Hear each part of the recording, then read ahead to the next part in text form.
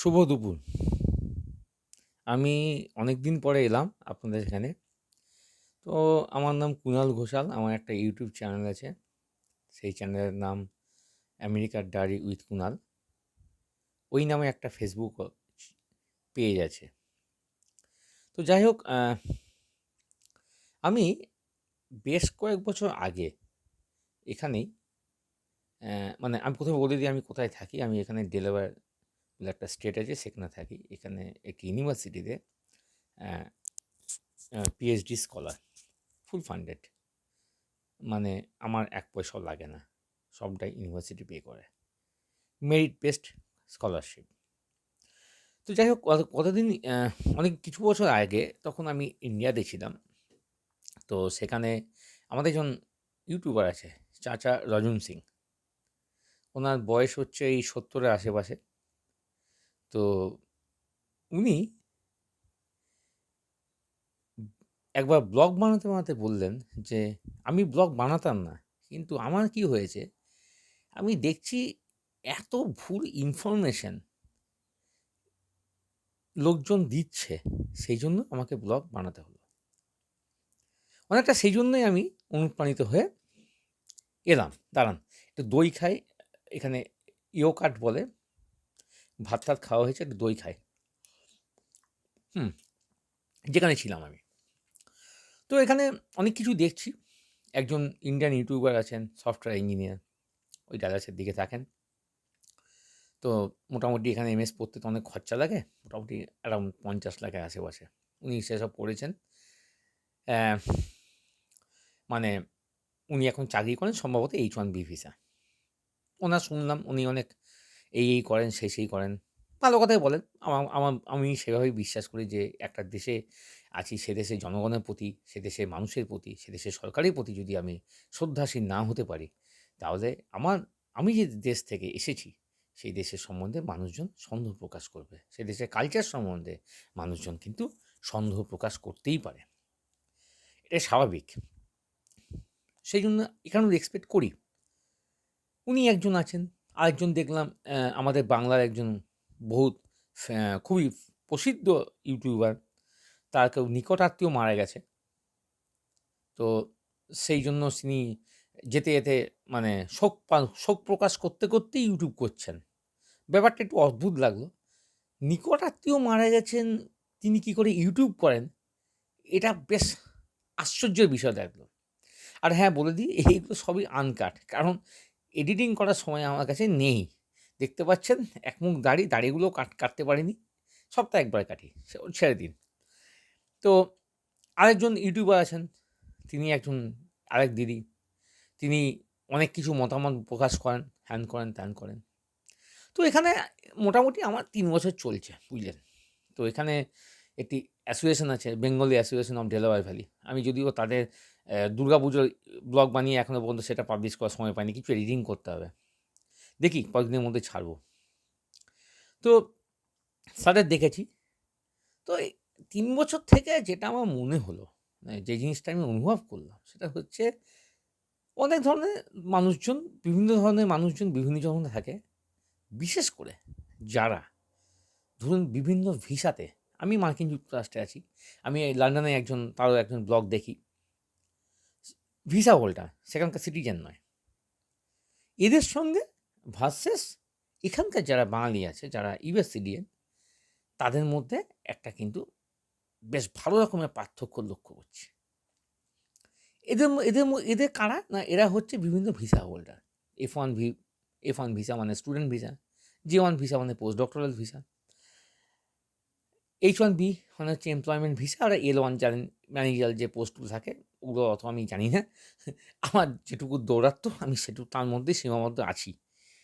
তো তাদের ব্যাপারটা হচ্ছে তারা সেটা মার্কিন যুক্তরাষ্ট্র হোক, সেটা ইউনাইটেড কিংডম হোক, সেটা জার্মানি হোক, সেটা ফ্রান্স হোক, তারা ওখানে গিয়ে মোটামুটি ভেবে নিয়েছে মানে ওখানকার সিটিজেন হয়েই গেল আরকি।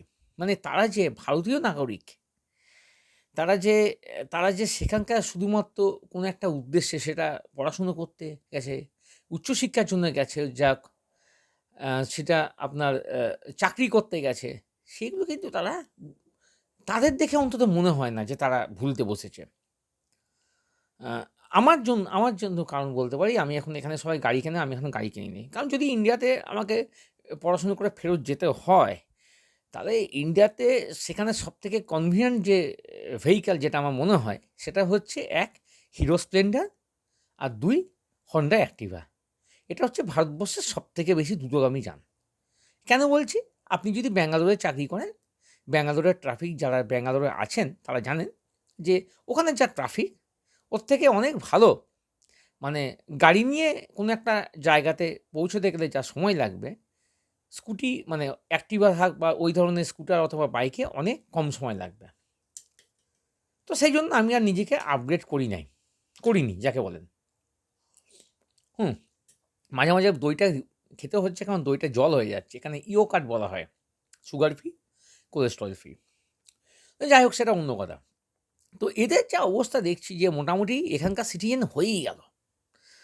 আর মোটামুটি নোবেল প্রাইজ পেতে আর কয়েক মিটার দূরত্বে আছে তারা। মানে নোবেল প্রাইজ পেয়ে গেল। তো এদের অ্যাটিটিউড হ্যান-ত্যান, অমুক। তো আমি দেশে প্রতি বছরই যাই।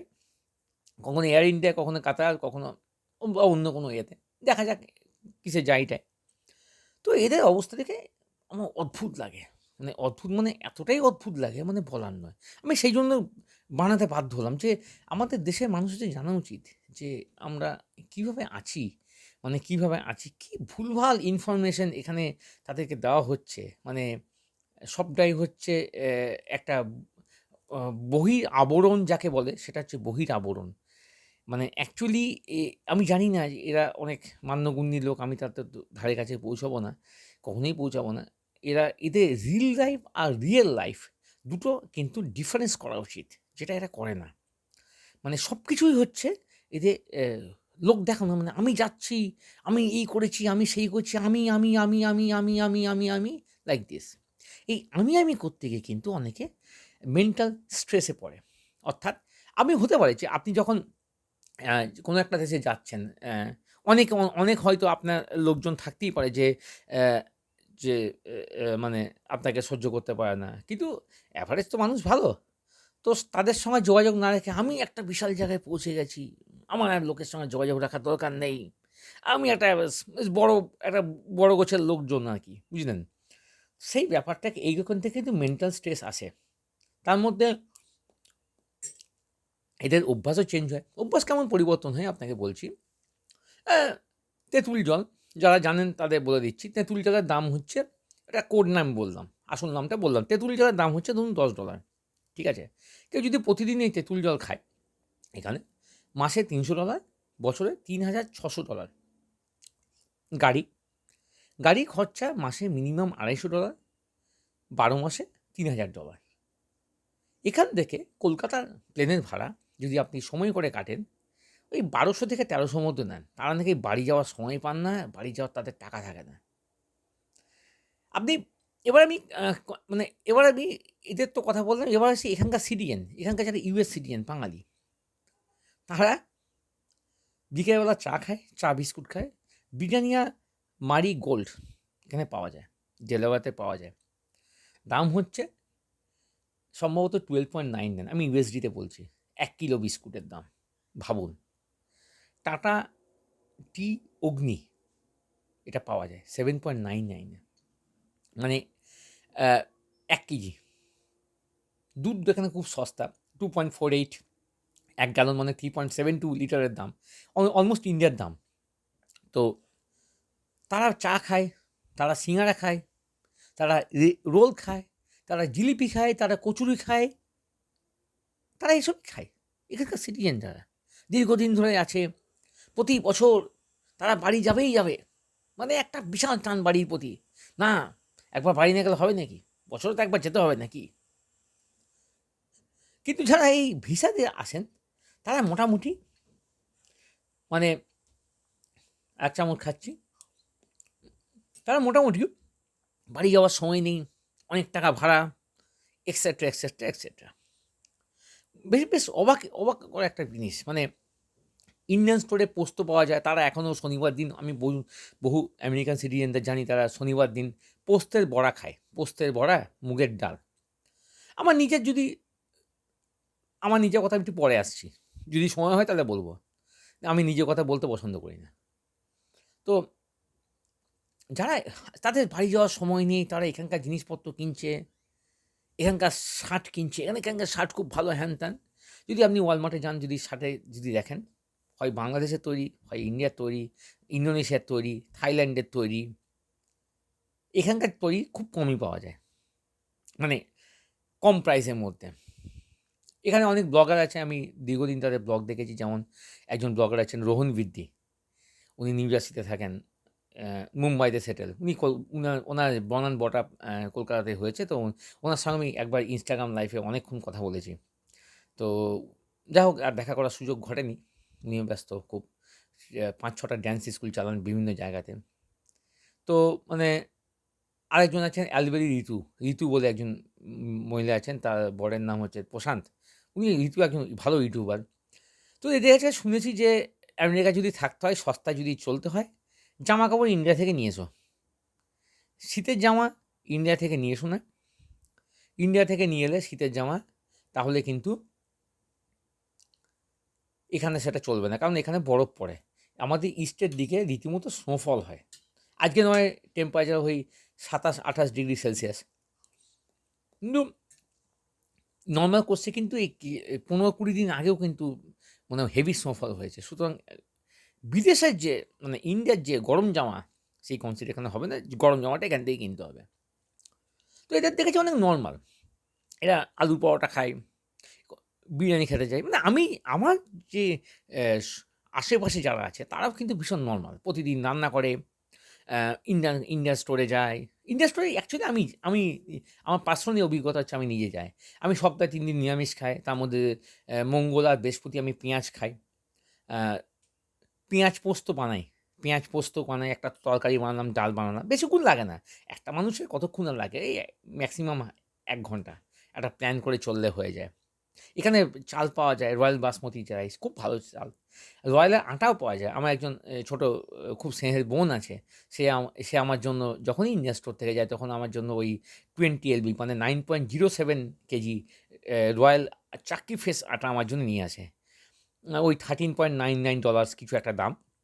২ মাস তো চলেই যায়। আর আশীর্বাদ আটাও পাওয়া যায় এখানে। এখানে আপনি ব্রুক বন্ডের রেড লেবেল চা পাবেন। ইন্ডিয়ান স্টোরে গেলে আপনার মনে হবে না যে আপনি বিদেশে কোথাও আছেন, মনে হবে আপনি ইন্ডিয়াতেই বসে আছেন। এত ভ্যারাইটি সেখানে। তো এখানকার যেখানে স্থায়ী বাসিন্দা তারা কিন্তু এখানকার ইন্ডিয়ান স্টোরে যায়। সেখানে রীতিমতো উপভোগ করে। আমার ব্যক্তিগত ব্যাপার হচ্ছে আমি ১.৫ ঘন্টা বাস জার্নি করে বাংলাদেশি স্টোর থেকে রুই মাছ নিয়ে আসি। কারণ বাঙালি মাছ ছাড়া চলে না। আমি তো মাছ ছাড়া থাকতে পারব না। এই হয় না, সেই হয় না, সময় পাওয়া যায় না, অমুক করা তসুক করা যায় না।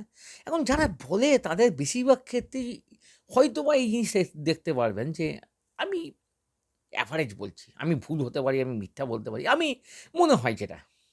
তারা সন্ধ্যাবেলা খাওয়া-দাওয়া করে। তারপর ১ ঘন্টা তেঁতুল জল।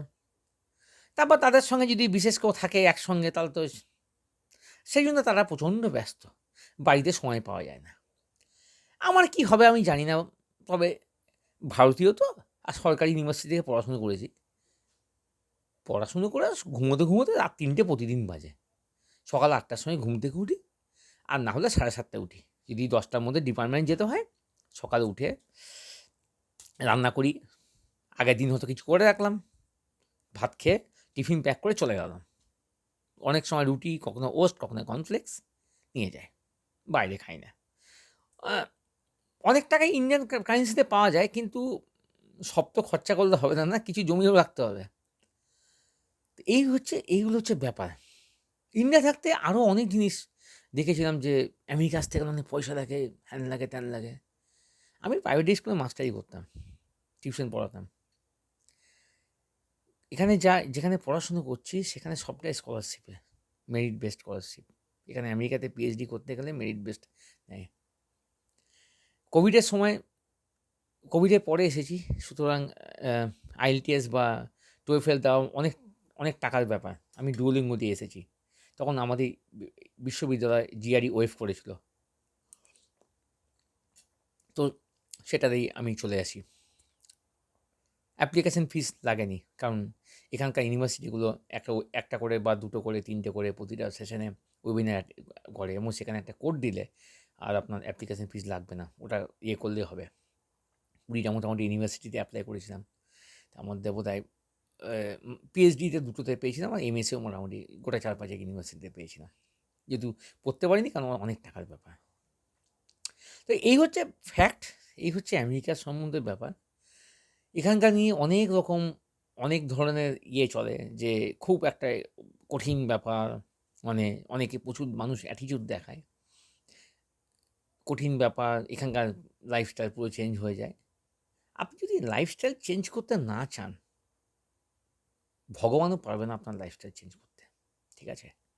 আমি এখানে প্রায় ৩ বছর ধরে আছি। আশা করি আপনাদের আশীর্বাদে একই রকম থাকবো। আমি দিনে ৪ বার চা খাই। চা খাওয়াটা খুব খারাপ জানি। কিন্তু আমাদের পড়াশোনার লাইন তো, চা খেতে ভালো লাগে আরকি। ইউনিভার্সিটি গেলে ৩ বার, সন্ধ্যাবেলা ২ বার, সকালে ১ বার, আর ইউনিভার্সিটি না গেলে ৪ বার চা খাই।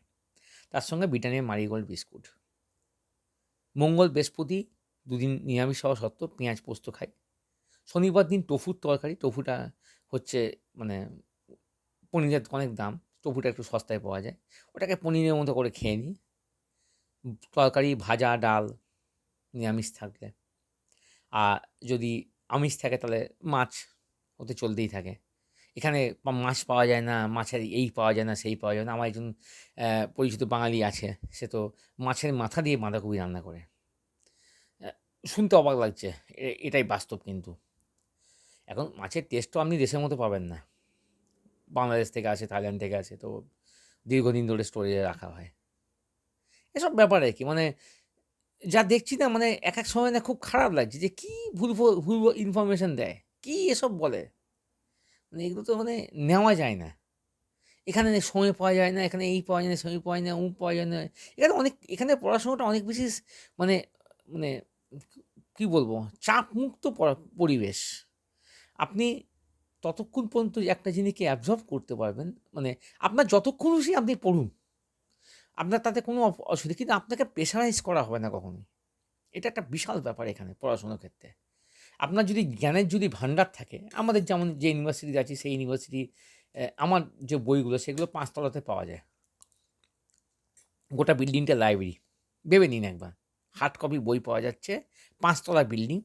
আমার ম্যাথ সাবজেক্ট তো, ম্যাথের বইগুলো হচ্ছে ৫ তলাতে আছে। এছাড়া আপনি সেই ইউনিভার্সিটির সমস্ত বইগুলোকে আপনি পিডিএফ এ অ্যাক্সেস করতে পারবেন আপনার স্টুডেন্ট আইডি দিয়ে। তো এই হচ্ছে ব্যাপার। মানে এই ব্যাপারগুলো এলাম এইজন্যই, কারণ ইদানিং আরও বেশি করে হচ্ছে স্ট্যাটাস দেখানো। আ আমি এখানকার লোক হয়ে গেছি। মানে মানুষের কাছে সহজলভ্য লোক নয়। প্রচুর মধ্যবিত্ত ছেলেমেয়েরা এখানে পড়াশোনা করতে আসে, আমি জানি, আমি নিজেও তাই। পিএইচডি করতে আসে, পোস্ট-ডক করতে আসে। পুরোপুরি মেরিট বেসডে, বিশ্বাস করুন। ১ পয়সা তাদের লাগে না। উপরন্তু তারা ভারতবর্ষের ব্যাংকে একটা ভালো রকম টাকা পাঠাতে পারে প্রতি মাসে। এখানে থাকতে খেতে বেশি টাকা লাগে না। আমি বলছি। যদি বাড়িতে খাওয়া-দাওয়া করেন তাহলে আপনার স একজনের জন্য সর্বাধিক $১০০ থেকে $১৫০ খরচা। আর ২ জন হলে সর্বাধিক খরচা হবে $২০০। যদি আপনি বাইরে না খান। শুধুমাত্র ইন্ডিয়ান ফুড খান, বাড়িতে রান্না করে খান, যদি না খান। বাইরে খেলে তো বিল বাড়বে। ইন্ডিয়াতেও বিল বাড়ে, এখানেও বিল বাড়বে। এখানে থাকাটা একটা বড় ফ্যাক্টর। কিন্তু যদি শেয়ারিং রুমে থাকেন, তাহলেও কিন্তু অনেক সেভিংস হবে। মূলত হচ্ছে সেভিংস। যে ব্যাপারটা এখানে কেউ বলে না। মানে এখানে আছে, আমরা হলাম। আমি দেখেছি যে অনেক দিদিরা রান্না করেন। আজকে আমি লাউ চিংড়ি করেছি। একটা বিশাল ব্যাপার। লাউ চিংড়ি করেছি। ভালো, লাউ চিংড়ি করুন। লাউ চিংড়ি দিয়ে ভাত খাচ্ছি। আমি তো অনেক সময় আ শনিবার দিন ডালের বড়ার তরকারি, ফুলকপির তরকারি, মুগের ডাল, ছোলার ডাল দিয়ে বড়া করি। মুগের ডাল, ঘি, একটা ভাজা, ইচ্ছা হলো খেলাম। আপনি খেতে পারেন। তো যারা একটা তরকারি করে, মানে এত বড় লাইভ করে, তাতে কয়েক লক্ষ ভিউজ পায়। জানি না কী ধরনের মানুষ পছন্দ করেন। হয়তো মানুষ সেটাই পছন্দ করেন যে ওখানে জীবনযাত্রা কতটা পরিবর্তন হয়েছেন, কতটা আধুনিক হয়ে গেছেন, কতটা নিজের সংস্কৃতি ভুলে গেছেন, কতটা টাকা গরম দেখাচ্ছেন, ইত্যাদি প্রভৃতি। এখানে সবাই আইফোন নিয়ে লাফালাফি করে। আমার তো আইফোন নেই, আমার স্যামসাং এর একটা ফোন আছে। শুধু আমার না, এখানে প্রচুর স্টুডেন্টদের বলুন, প্রচুর মানুষের স্যামসাং ফোন বা max to max pixel phone নিয়ে ইয়ে করে। তো যাই হোক, এই ব্যাপার। এই জন্যই আমার ভিডিওতে আসা, যে ব্যাপারগুলো ঘটছে, সেগুলো এত আশ্চর্যজনক ঘটনা ঘটছে, মানে বলার নয়। মানে হাসবো না কাঁদবো না কী করবো বুঝতে পারছি না। মানে ভুলভাল ইনফরমেশন যাকে বলে। আর যারা ছোটো ছোটো ভাই বোনেরা যারা আছে, যারা ভাবছো যে এই দেশে আসবে, এই দেশে এসে পড়াশুনো করতে চাও, পিএইচডি করতে চাও, ধৈর্যের দরকার, নিঃসন্দেহে প্রচণ্ড ধৈর্যের দরকার। একটা মোটামুটি টেস্ট ম্যাচ খেলতে আসছো, ধৈর্য তো দরকার পড়বেই। সম্ভব আসা, মধ্যবিত্ত বাড়ির ছেলে মেয়েদের সম্ভব। প্রাইভেট অর্গানাইজেশন, সেটা প্রাইভেট স্কুল হোক, প্রাইভেট কোম্পানি হোক, ইচ্ছা থাকলে উপায় হয়। আর কি, চ্যানেলটা এটা তো আমি আমার ফেসবুক পেজে আপলোড করব, লাইক করবেন, শেয়ার করবেন, যেমন প্রফেশনাল লোক কথাবার্তা বলেন। আর যদি কারোর জীবনে কোনো পরিবর্তনের কাজে লাগে তাহলে বলবেন, খুশি হব। আমাদের মধ্যবিত্ত ভাই বোনরা যারা দেশে থেকে অনেক কষ্ট করছেন, চাকরির জন্য কষ্ট করছেন, অনেক জন্য কষ্ট করছেন, মাস্টার ডিগ্রি করে ভালো রেজাল্ট করে আসতে পারছেন না, তারা যদি আসবো মনে করেন, চেষ্টা করে দেখুন। ধৈর্য, মানে ধৈর্য থাকলে একটা না একটা উপায় হয় আর কি। একটা হিন্দিতে কথা বলে না, কোশিশ কারনে ওয়ালে কবি হার নেই হতে। চেষ্টা করে দেখুন না, ম্যাক্সিমাম সেরে যাবেন। আমি তো লেগেছিলাম প্রায় 3 বছর, যাই হোক, আর এই 2 থেকে 3 বছর, হ্যাঁ, তারপরে ভিসা নিয়ে। সবাই ভালো ভালো থাকবেন। আর ঘুম থেকে উঠেই হয়তো যারা যারা এই পেজে ইয়ে করেছেন, পেজে একটু লাইক করে দেবেন, ভাল লাগবে তাহলে। একটু মানে ভিউজ তো দেখতেই পাই, ভিউজের ব্যাপার হচ্ছে যত ভিউজ থাকে তার অর্ধেকেও 1/4 তো পেজ লাইক করেননি তারা। আশা করি আপনাদের ভিডিওটা কাজে লাগবে। সুস্থ থাকুন, ভালো থাকুন, আনন্দে থাকুন, নিজের কাজ মনোযোগ সহকারে করে যান। শুধুমাত্র নিজের কাজই করে যান, পরে কী কাজ করলো দেখার দরকার নেই। আগে নিজে বাঁচুন, তারপর অন্যদের বাঁচাবেন। ওকে, অল দ্য বেস্ট। আপনার আপনাদের দিনটি শুভ হোক। আজ এই পর্যন্তই। খুব শীঘ্রই আমি আপলোড করব বহু প্রতীক্ষিত এখানে Bengali association of Delaware valley Durga Puja, যেটা গত বছর সেপ্টেম্বর মাসে হয়েছে। আমি একটু কুঁড়ে মানুষ, দেরি হয় সব কাজে, তার জন্য ক্ষমা করবেন। আজ তাহলে এ পর্যন্তই। সবাই ভালো থাকুন, সুস্থ থাকুন, লাইক শেয়ার আর কি বলে করুন। Tata, bye bye.